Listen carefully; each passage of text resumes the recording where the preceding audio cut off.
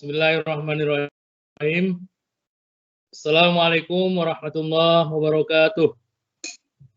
Waalaikumsalam warahmatullahi wabarakatuh. Waalaikumsalam warahmatullahi wabarakatuh. Alhamdulillah ala ihsani wa ala taufiqi wa amtinani. Asyhadu an la ilaha illallah ta'ziman li sya'ni wa asyhadu anna Muhammadan abduhu wa rasuluh da'an ila ridwani. Allahumma shalli alaihi wa ala alihi wa ikhwani. Asyhadu an la ilaha illallah. Allahumma shalli wa sallim ala Muhammad. Bapak Ibu, saudara-saudaraku yang dirahmati Allah Subhanahu wa taala, wabil khusus kepada segenap jajaran pimpinan cabang Muhammadiyah Ekanopan dan khusus lagi kepada Ketua Majelis Tabligh pimpinan cabang Muhammadiyah Ekanopan. Mari kita kembali menjalankan syukuran puji kepada Allah Subhanahu wa taala. Allah masih memberikan kita kesehatan, kelapangan waktu,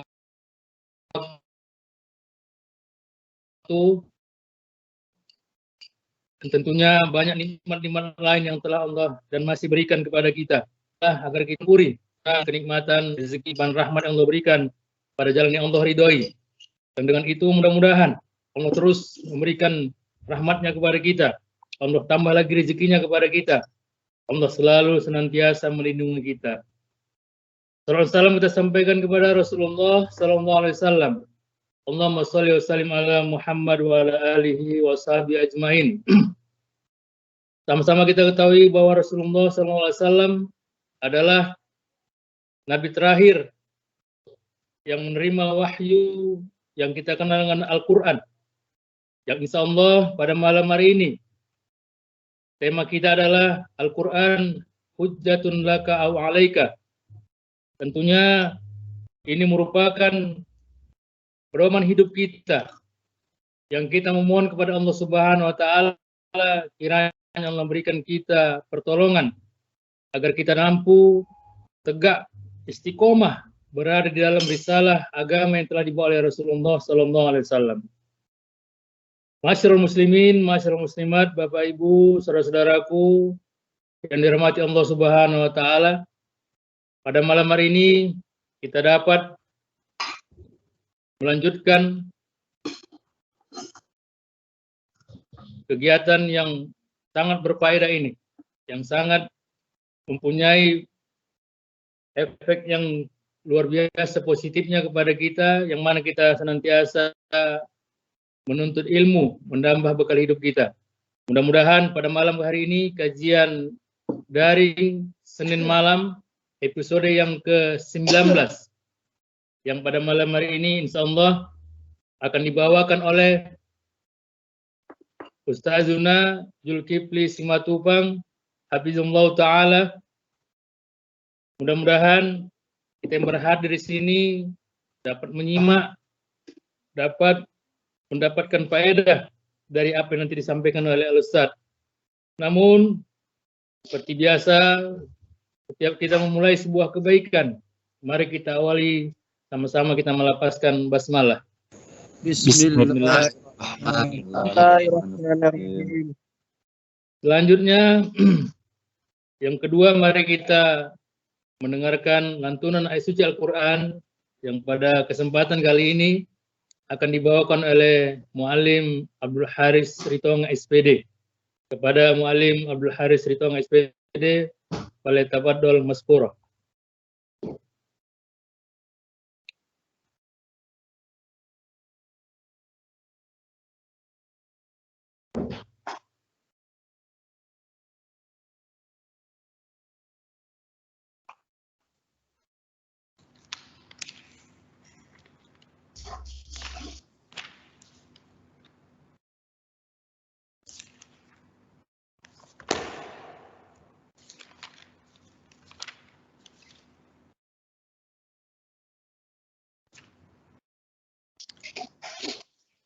Assalamualaikum warahmatullahi wabarakatuh. Waalaikumsalam. Allah wabarakatuh.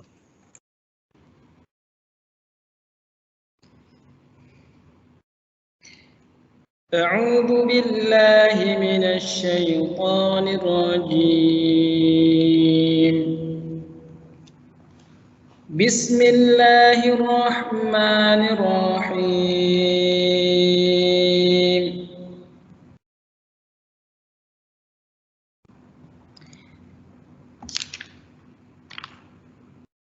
يا أيها المزمل قم الليل إلا قليلا نصفه أو انقص منه قليلا أو زد عليه ورتل القرآن ترتيلا إنا سنلقي عليك قولا ثقيلا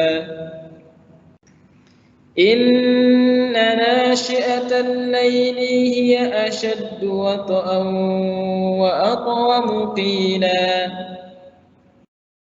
إن لك في النهار سبحا طويلا واذكر اسم ربك وتبتل إليه تبتيلا رب المشرق والمغرب لا إله إلا هو فاتخذه وكيلا واصبر على ما يقولون واهجرهم هجرا جميلا وذرني والمكذبين أولي النعمة ومهلهم قليلا إن لدينا أنكالا وجحيما وطعاما ذا غصة وعذابا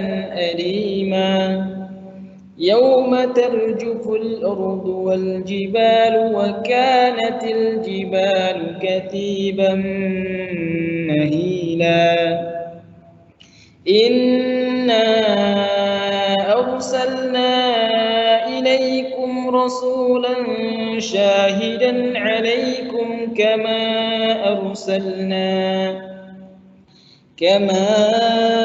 أرسلنا إلى فرعون رسولا فعصى فرعون الرسول فأخذناه أخذا وبيلا فكيف تتقون إن كفرتم يوما يجعل الولدان شيبا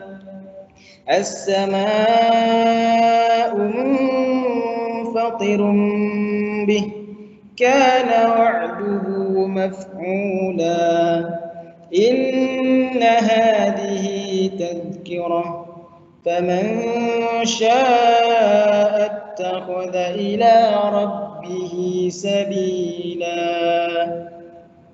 Alhamdulillahirrahmanirrahim. Assalamualaikum warahmatullahi wabarakatuh. Waalaikumsalam warahmatullahi wabarakatuh. Jazakumullah khairan Muslim Haris telah memberikan surah Al-Muzammil dengan pembacaan ayat tadi, bahkan terus nikmatnya memberkahi kegiatan kita ini. Baiklah, untuk tidak memperpanjang mukadimah, sebelum kita pemaparan materi yang berhubungan Al-Quran Hujjatun Alaika, mengingatkan mari kita menjaga adab ketika kita menuntut ilmu, ya, menghadirkan hati yang Subhanahu wa ta'ala, mudah kita memahami apa yang kita sampaikan oleh baiklah pada Ustaz Bang Fadhil Mas. Bismillahirrahmanirrahim. Assalamualaikum warahmatullahi wabarakatuh. Waalaikumsalam Waalaikumsalam warahmatullahi wabarakatuh. Innal hamdalillah, sesungguhnya segala puji hanya milik Allah. Nahmaduhu, kita memujinya, wa nasta'inuhu, dan kita meminta tolong kepadanya, wa nastaghfiruh, dan kita meminta ampun kepadanya, wa na'udzu billahi min syururi anfusina, dan kita berlindung kepada Allah dari keburukan jiwa-jiwa kita, wa min sayyiati a'malina, dan dari kejelekan amalan-amalan kita. May yahdihillahu fala mudhillalah, barang siapa yang Allah beri petunjuk maka tidak akan ada yang bisa menyesatkannya. Wa may yudlilhu fala hadiyalah, dan barang siapa yang Allah sesatkan maka tidak ada yang bisa memberinya petunjuk. Wa asyhadu an la ilaha illallah wahdahu la syarikalah, aku bersaksi bahwa tidak ada yang berhak diibadahi kecuali Allah yang Esa, tidak ada sekutu baginya. Wa asyhadu anna Muhammadan abduhu wa rasuluh, dan aku bersaksi bahwa Muhammad adalah hambanya dan utusannya. Wa sallallahu alaihi wa ala alihi wa ashabihi wa sallama tasliman katsira, amma ba'd. Alhamdulillah, kita bersyukur kepada Allah Ta'ala. Bapak Ibu yang saya muliakan, hadirin yang telah bergabung dalam kajian online, yaitu kajian daring Senin malam atau KDSM. Alhamdulillah, semoga Allah Subhanahu wa Ta'ala memberikan kepada kita kemudahan dan kepahaman, terutama bagi yang membacakan materi ini. Kita telah mengetahui bahwasanya agama kita adalah agama yang sempurna. Allah mengatakan, Al-yawma akmaltu lakum dinakum. Pada hari ini telah kusempurnakan untuk kalian agama kalian. Wa atmamtu alaikum ni'mati, dan telah kucukupkan atas kalian nikmatku. Wa raditu lakumul Islam madinah, dan aku telah ridha agama Islam Islam itu sebagai agama bagi kalian. Oleh karena itu, kita berusaha untuk dapat mengikuti, mempelajari, dan mengamalkan agama Allah, sehingga kita mampu menjadi hambanya yang salih dan selamat bertemu kepadanya. Begitulah Rasulullah mengatakan tentang agama kita ini.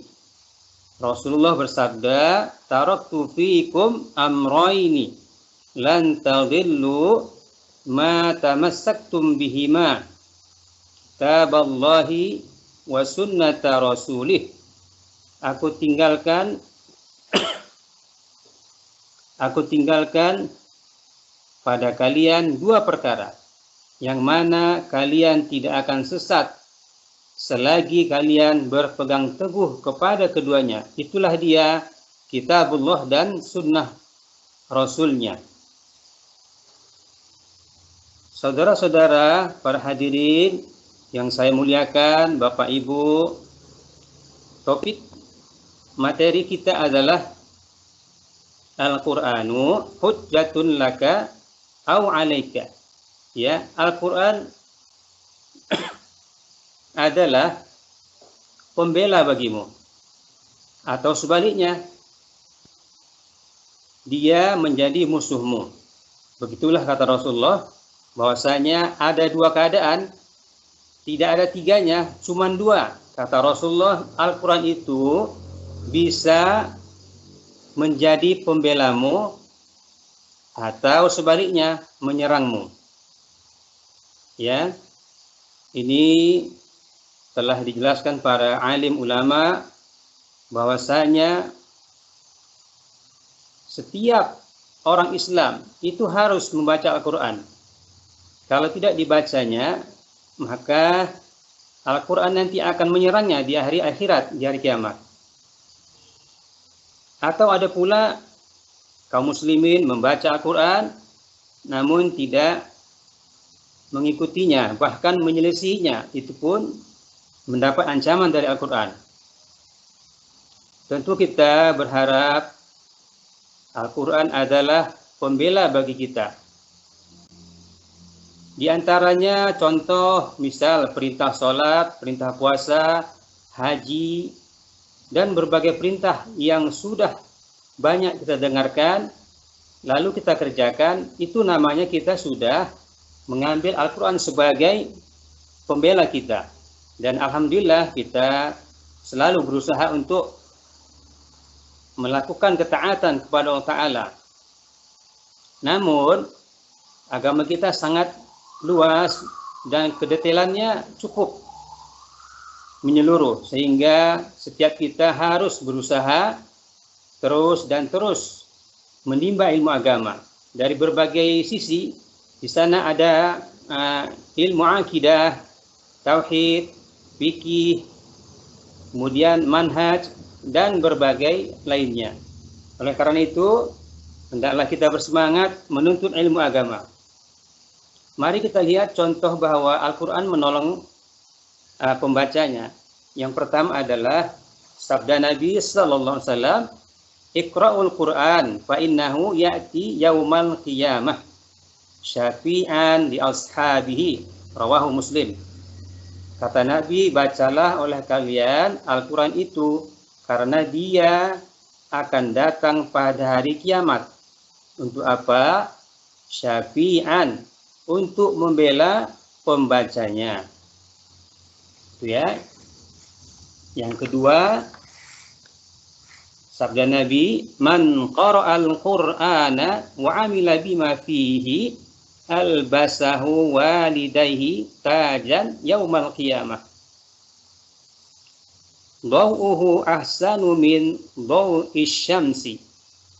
Barang siapa yang membaca Al-Quran dan mengamalkan kandungannya, maka Allah akan memberikan mahkota kepada kedua orang tuanya pada hari kiamat, yang mana cahayanya lebih baik daripada cahaya matahari.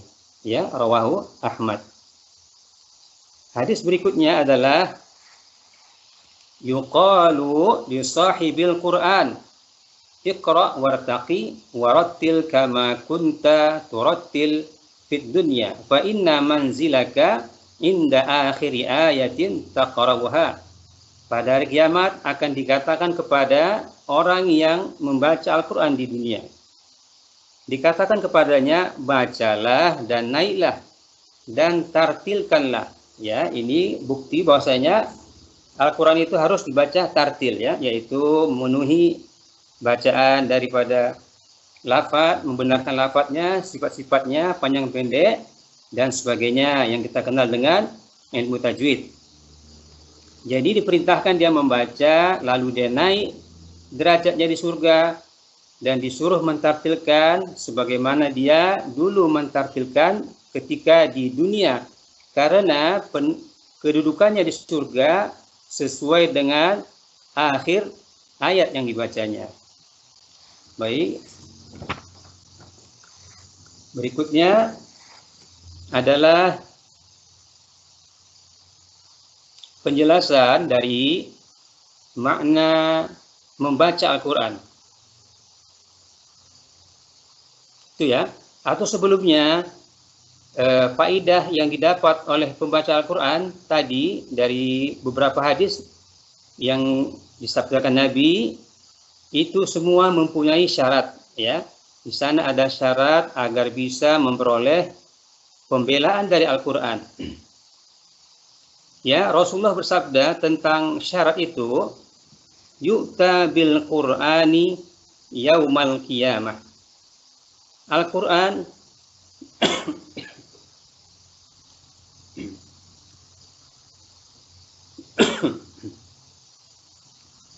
Al-Quran akan didatangkan pada hari kiamat untuk memberikan pembelaan, wa ahlihi, dan pembacanya. Nah, wa ahlihi. Wa ahlihi itu siapa? Nabi mengatakan alladzina kanu ya'maluna bihi, yaitu orang yang mengamalkannya. Itulah yang disebut sebagai ahli Al-Qur'an. Ya. Jadi ini syaratnya. Membacanya dengan benar, lalu memahaminya dan mengamalkannya.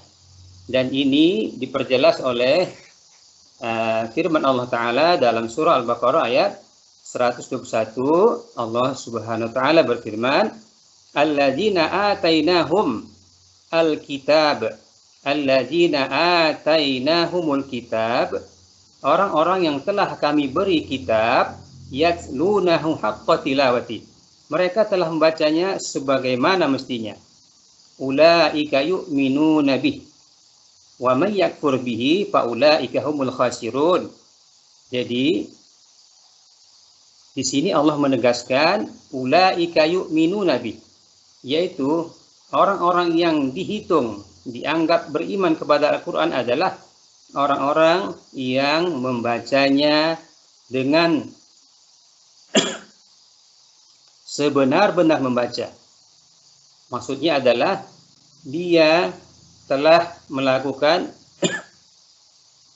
bacaan, yaitu membenarkan lafaz dari sisi tajwid, kemudian dia mempelajari makna, yaitu tafsir, lalu dia mengamalkannya.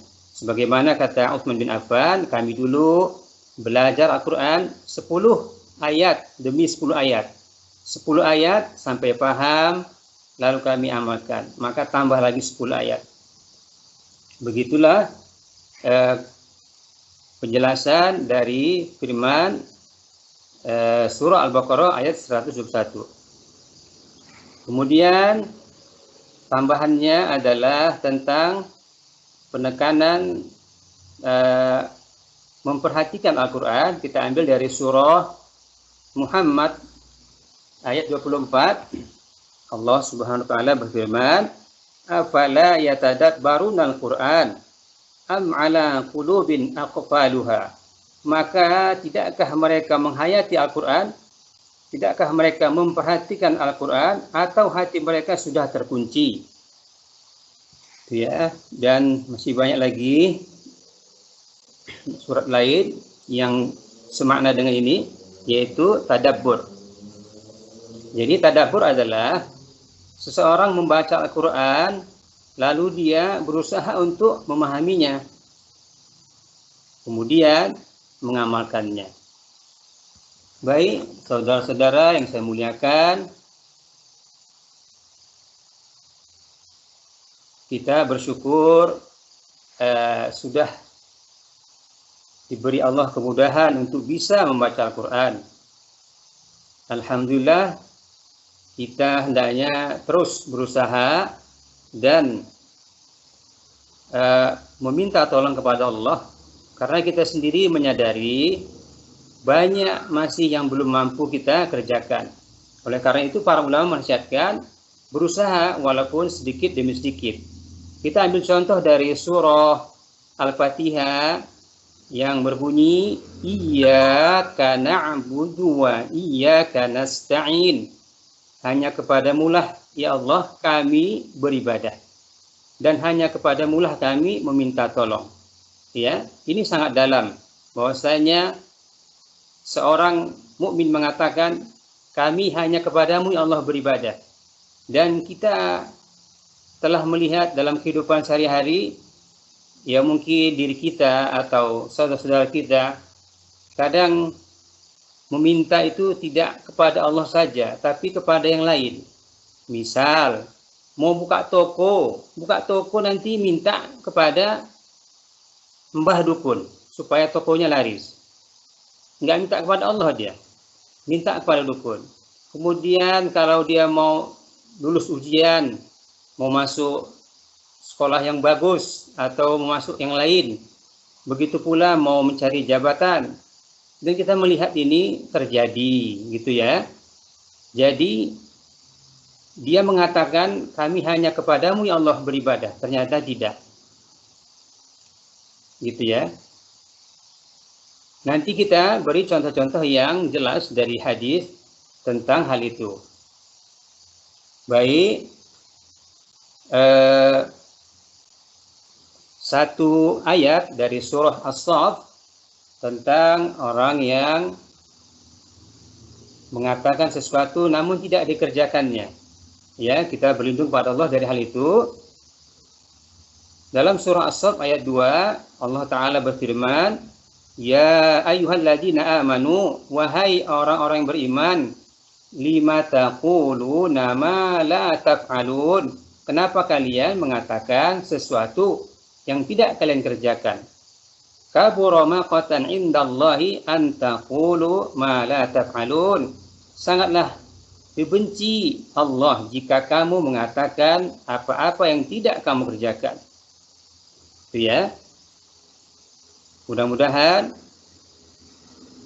kita mampu mengaplikasikan, melakukan apa yang kita pahami dari Al-Quran. Baik,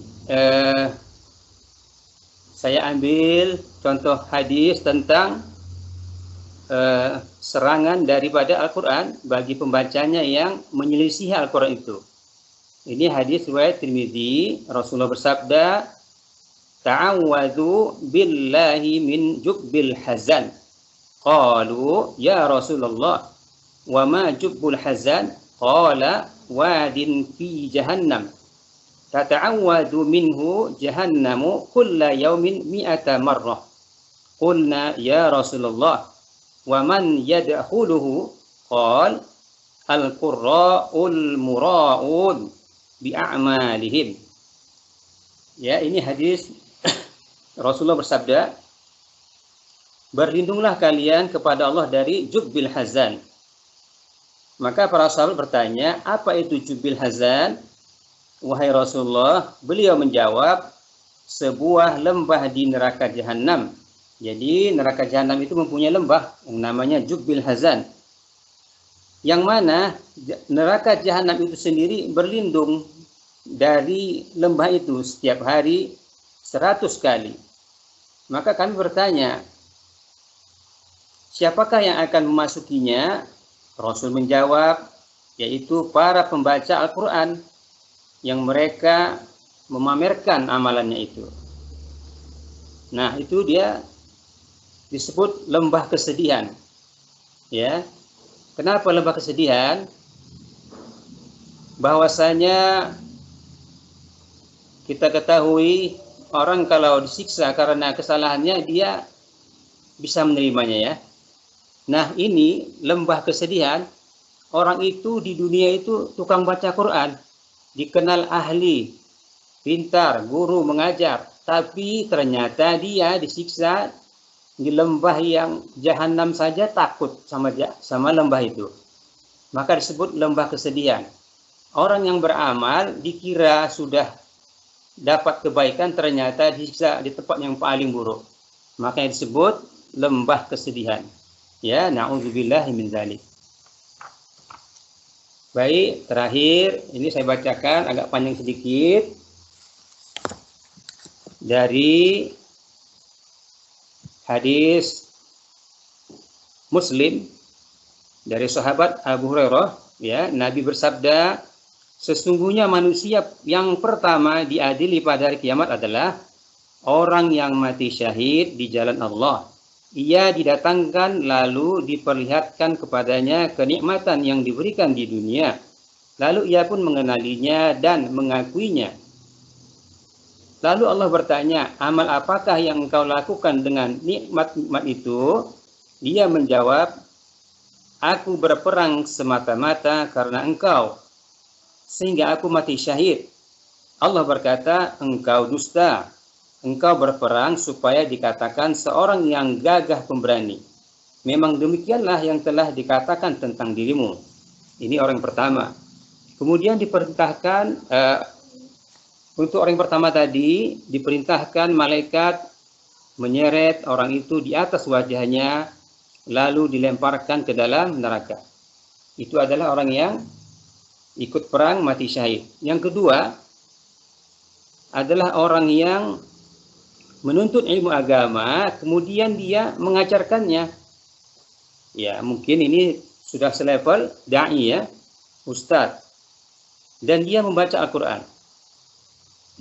Ia didatangkan lalu diperlihatkan kepadanya kenikmatan. Maka ia pun mengenalinya dan mengakuinya. Kemudian Allah bertanya, amal apakah yang telah engkau lakukan dengan kenikmatan itu? Ia menjawab, aku menuntut ilmu dan mengajarkannya serta aku membaca Al-Quran hanya karena engkau. Allah berkata, engkau dusta. Engkau menuntut ilmu agar dikatakan seorang yang alim. Dan kau membaca Al-Quran agar dikatakan seorang qari. Memang begitulah yang telah dikatakan tentang dirimu. Kemudian diperintahkan malaikat untuk menyeret di atas wajahnya. Lalu ia dilemparkan ke dalam neraka. Yang ketiga, yang diadili adalah orang yang diberikan kelapangan rezeki dan berbagai macam harta benda. Ia didatangkan dan diperlihatkan kepadanya kenikmatannya, maka ia pun mengakuinya. Allah bertanya, apa yang telah engkau lakukan dengan nikmat-nikmat itu? Ia menjawab, aku tidak pernah meninggalkan sedekah dan infak pada jalan yang engkau cintai, melainkan pasti aku melakukannya semata-mata karena engkau ya Allah. Maka Allah berkata, engkau dusta. Engkau berbuat yang demikian itu agar dikatakan seorang yang dermawan. Dan memang begitulah yang telah dikatakan tentangmu.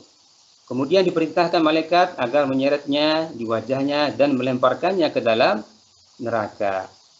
Ini hadis sahih riwayat Muslim. Ya, intinya amalan yang dikerjakan oleh 3 orang tadi adalah karena riya. Ya, saudara-saudara yang saya muliakan,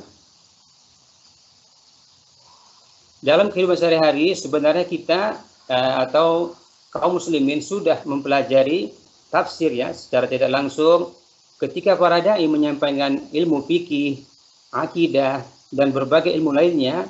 Di sana mereka menjelaskan tentang hukum-hukum atau cara ibadah dengan hadis maupun keterangan para ulama. Itu semua adalah tafsir.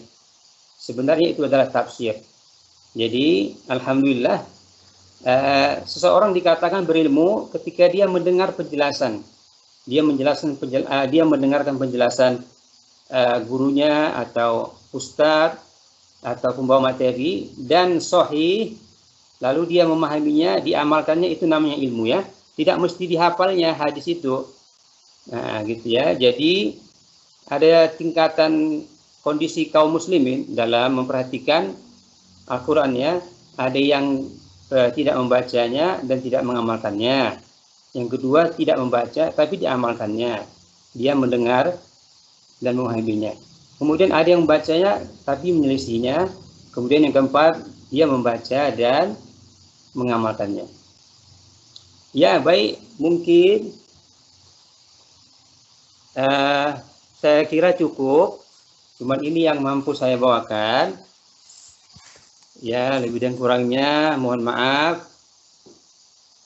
Saya akhiri. Wassalamualaikum warahmatullahi wabarakatuh. Waalaikumsalam.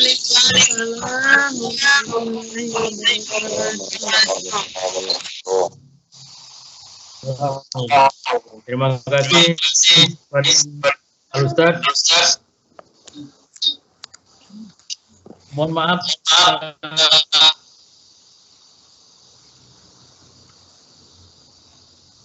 saya ini putus, jadi hanya mendengarkan tadi.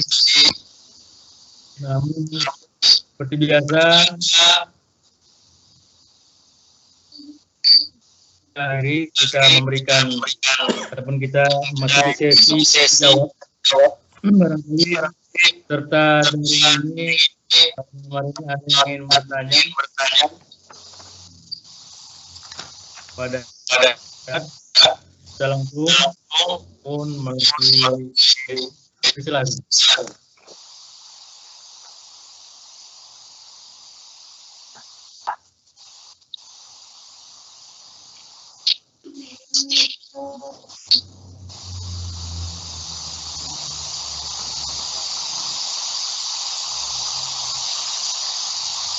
Silakan Bapak Ibu.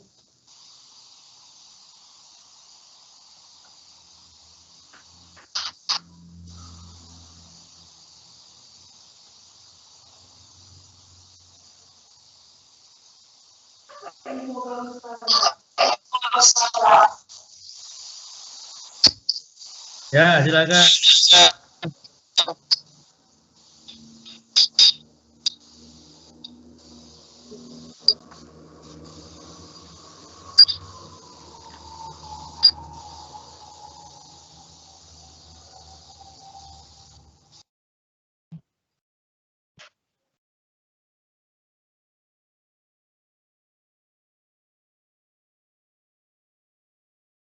Ada yang bertanya?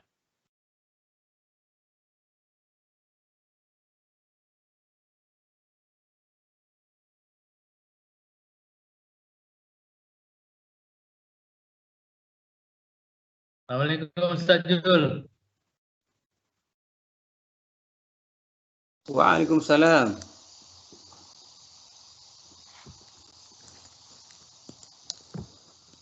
Sambil nunggu dari yang lain,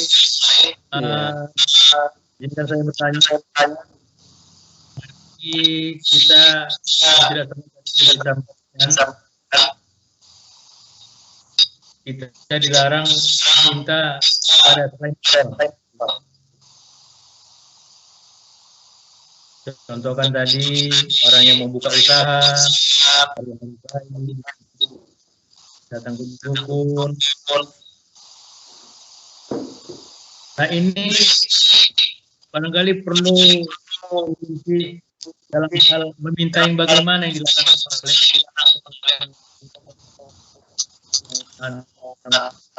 karena kan kita juga tolong antara kawan itu bagaimana membedakan. Iya. Bismillahirrahmanirrahim. Putus-putus Ustaz Elias ya. Putus-putus tidak dia. Oh, jadi apa tadi? Perbedaan minta tolong kepada dukun sama kawan. Iya, Ustaz. Atau ya perbedaan kita minta tolong bagaimana yang dimaksud terlarang itu. Iya, baik. Bismillahirrahmanirrahim. Alhamdulillah. Wassalatu wassalamu ala Rasulillah wa ala alihi washabihi wa ala. Alhamdulillah kita sama-sama mengetahui bahwasanya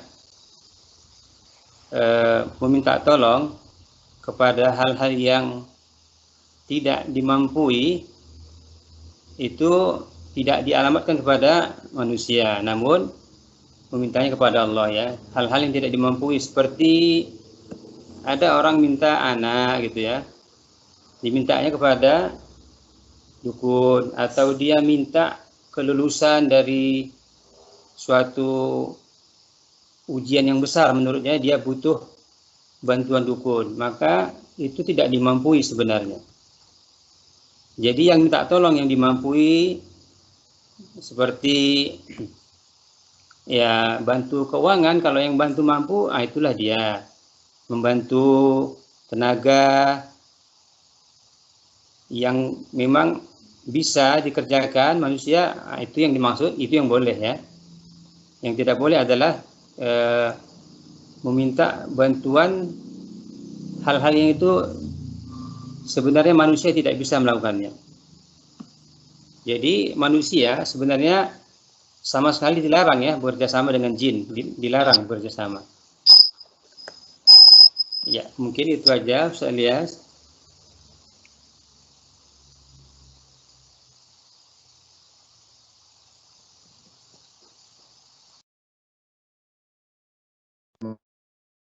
Terima kasih Ustaz Jul. Seakan-akan semua berlaku untuk semua gitu kan. Minta tolong sama manusia pun nggak boleh, padahal minta tolong dalam hal arti yang tadi kan sebenarnya kan boleh, yang kita mampu gitu ya. Baik, terima kasih. Ada yang lain untuk bertanya?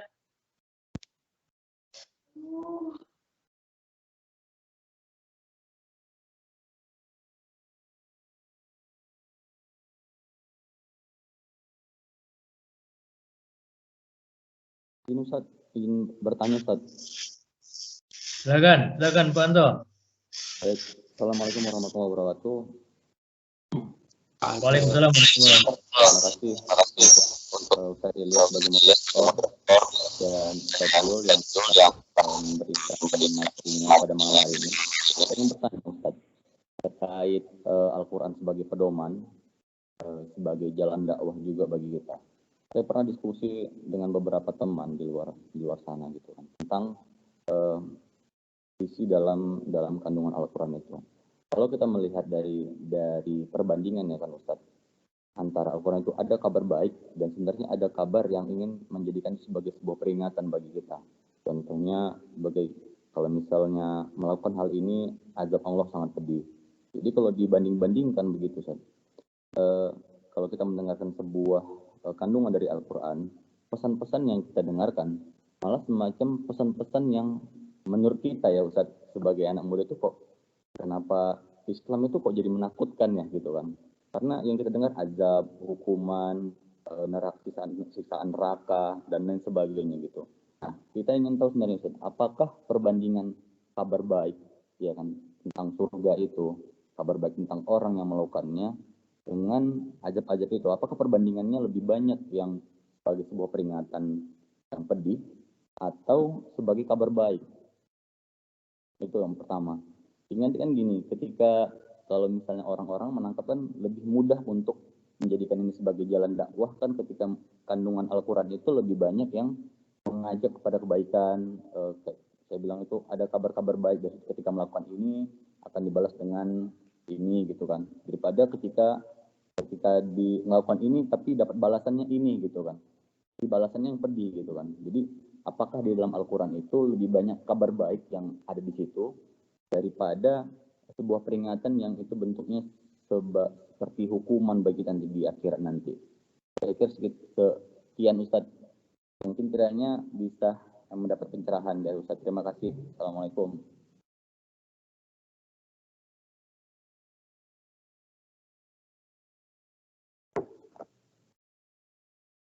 Alhamdulillah, pertanyaannya cukup sangat luar biasa berbobot. Saya sendiri tidak dapat menyimpulkannya dalam Al-Quran itu kabar baik atau kabar buruk ya, yang paling banyak.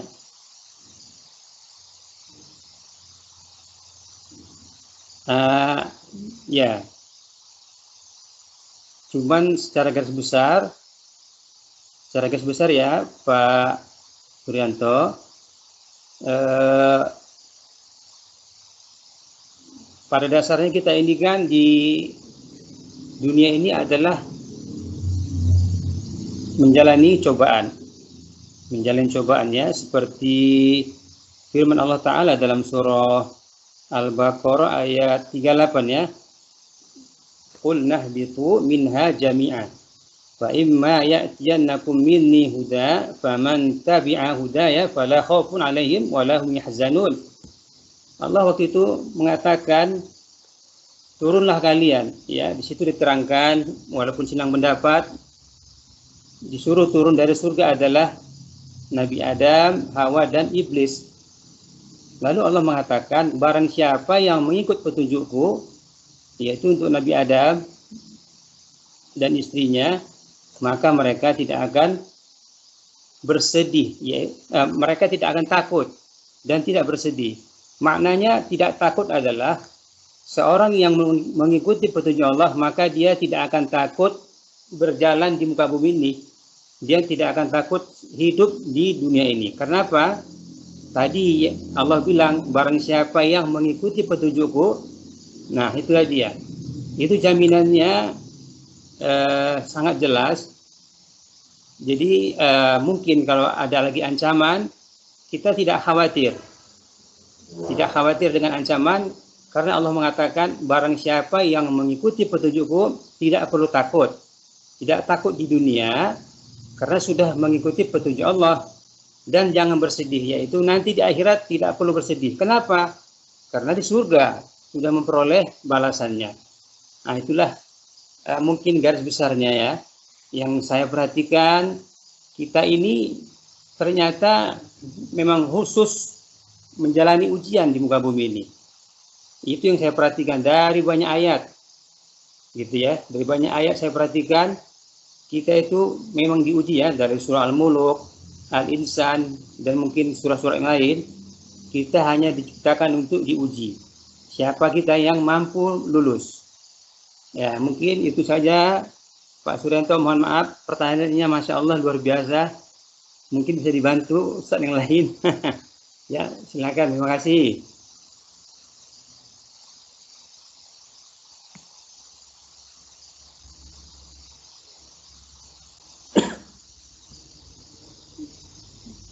Apakah putus-putus suaranya?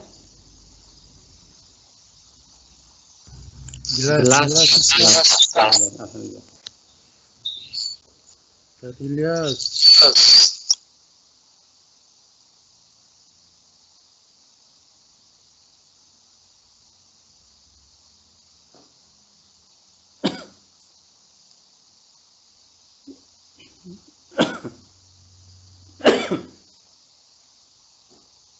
Mungkin ada yang lain. Bisa dilihat mungkin terputus.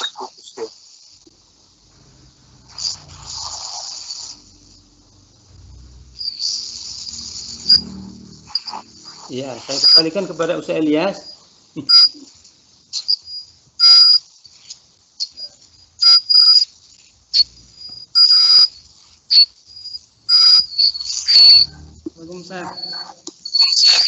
Silakan Ustaz Haris, Mu'alim. Ya. Mungkin pertanyaan saya ada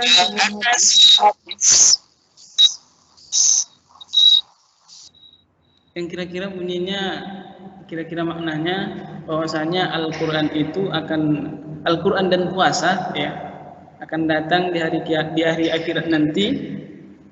Kemudian berkata kepada Allah Subhanahu wa taala ya bahwasanya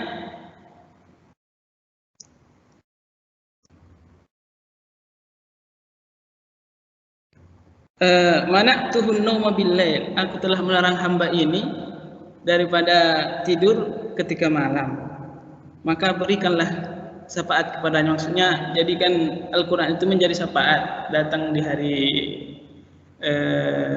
akhirat nanti. Nah, mungkin ini yang dijadikan oleh sebagian kelompok seperti Mu'tazilah yang mengatakan bahwasanya Al-Quran itu adalah makhluk. Jadi bagaimana kita menjawab, Ustaz? Saya jawab. Iya, Masya Allah ya, luar biasa lagi nih. Ini udah, iya, mantap. Pertanyaannya luar biasa. Tentang Al-Quran adalah makhluk. Ya, contohnya para ulama di masa itu, di masa kejayaan Mu'tazilah, bahkan sampai Imam Ahmad sudah dihukum karena dia tidak mau mengatakan Al-Quran makhluk, dia tetap mengatakan Al-Quran kalamullah. Namun di antara ulama pada masa itu dia punya cara menjawab supaya tidak dihukum.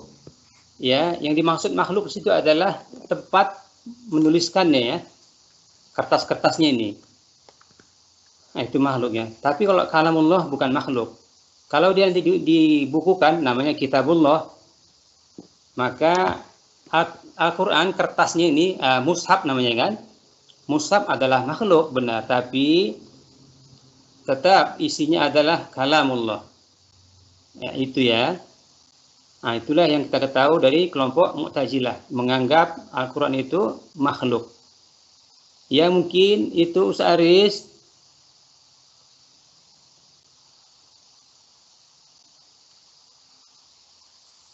Ya, gimana Ustaz Aris? Ya, ini diskusi. Silakan yang lain membantu. Mungkin Ustaz Rudi.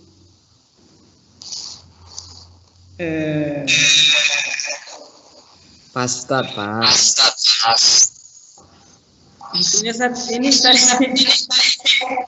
apa namanya? Ya. Ini kan di dalam hadis itu dikatakan Al-Quran itu berkata Seolah-olah kan Al-Quran itu makhluk gitu. Jadi bagaimana?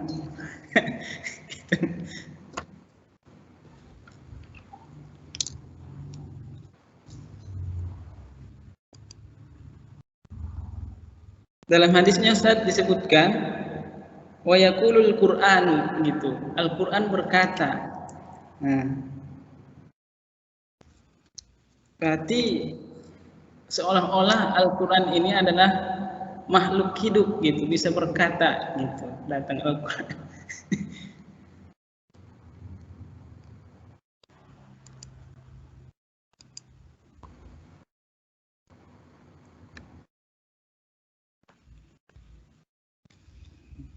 Ustaz Jul, nggak kedengaran suaranya, Ustaz. Oh iya, saya ulangi. Mohon maaf, Pak Aris. Dari sisi itu mungkin saya tidak dapat memberikan keterangan. Ya, cukup berat itu ya. Mungkin perlu nanti kita carikan jawabannya dari guru-guru kita.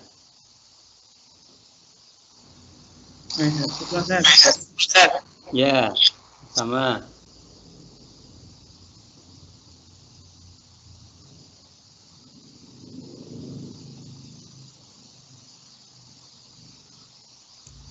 Ada lagi, Bapak Ibu?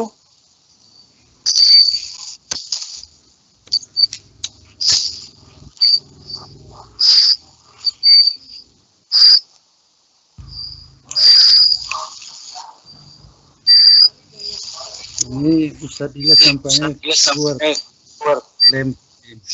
Jadi kita beralih ke Ustaz.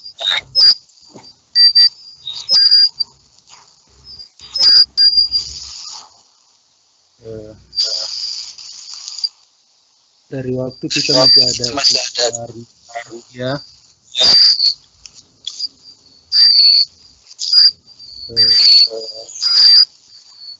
Pesertanya ini nampaknya di bawah majelis ikhlas menjadi pesertanya. Dan apa yang disampaikan tadi kita sebagai perlu juga berinisiatif bagaimana di tingkat guru-guru, tingkat kita lah ya sebagai pendidik dan tenaga kependidikan, paling tidak 3 tingkatan tadi itu membaca, memahami dan mengamalkan secara konsisten. Hendaknya kita terus belajar. Mudah-mudahan nanti ini mungkin bisa ada upaya-upaya yang terstruktur sehingga bisa kita lihat perkembangannya. Pengalaman kita di SMP sudah hampir lebih kurang 3 tahun setiap setiap hari Sabtu, walaupun waktunya tidak panjang, namun kita syukuri ada perkembangan walaupun belum begitu menggembirakan. Ya Ustaz Jul ya, kita harus terus konsisten istiqomah belajar terus. Ada yang lain kira-kira? Kalau tidak mungkin kita namun sebelumnya perlu kami informasikan untuk part ke-20 atau edisi 20 kita ini ada tamu kita, maka kita buat dia spesial. Yang part 20 ini akan kita selenggarakan walaupun namanya kajian daring Senin malam, tapi pelaksanaannya terkait dengan narasumber kita, masalah waktu akan kita laksanakan Ahad pagi jam 8. Karena insya Allah pembicara kita yaitu Ustadz atau saudara kita yang sedang menempuh pendidikan di Australia, yaitu Bapak Haidar Pitra Syagian. Dia dosen ilmu komunikasi. Kita meminta beliau, pandangan beliau, pengalaman beliau melihat pendidikan di Australia, terutama terkait tentang pendidikan karakter. Jadi dari pengalaman ya, dari apa ya yang dialami beliau mungkin ketika menyekolahkan anak dan lain sebagainya. Jadi mungkin itu, mohon nanti kita bisa mengkoordinir agar pesertanya bisa mengikuti di pagi hari. Mungkin berbenturan dengan kegiatan senam ya, mungkin kita itu mungkin. Kemudian pada Ustadz kami sampaikan terkait besok kita mengundang untuk terutama yang akan menjadi bergabung bersama kita di Ahmad Dahlan. Tadi sudah kita sampaikan mungkin khusus untuk tahfiz, mohon nanti mungkin perlu dikonfirmasi apa udah sampai pemberitahuan atau undangan untuk pertemuan besok hari Selasa. Itu untuk namanya masih lupa saya, yang putri sama yang putra. Kalau yang untuk tata usaha dan guru insya Allah sudah disampaikan. Mungkin itu Ustadz Jul ya. Ya Pak. Ya. Oke. Kita padakan ya. Ya Pak. Ustadz Wahdi. Pulang berkunjung sampai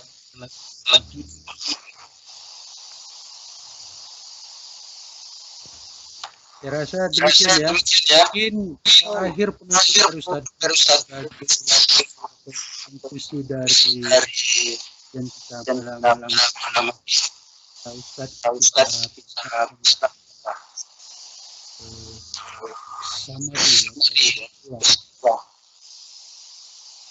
Ya, alhamdulillah. Terima kasih pada malam ini kita sudah sama-sama.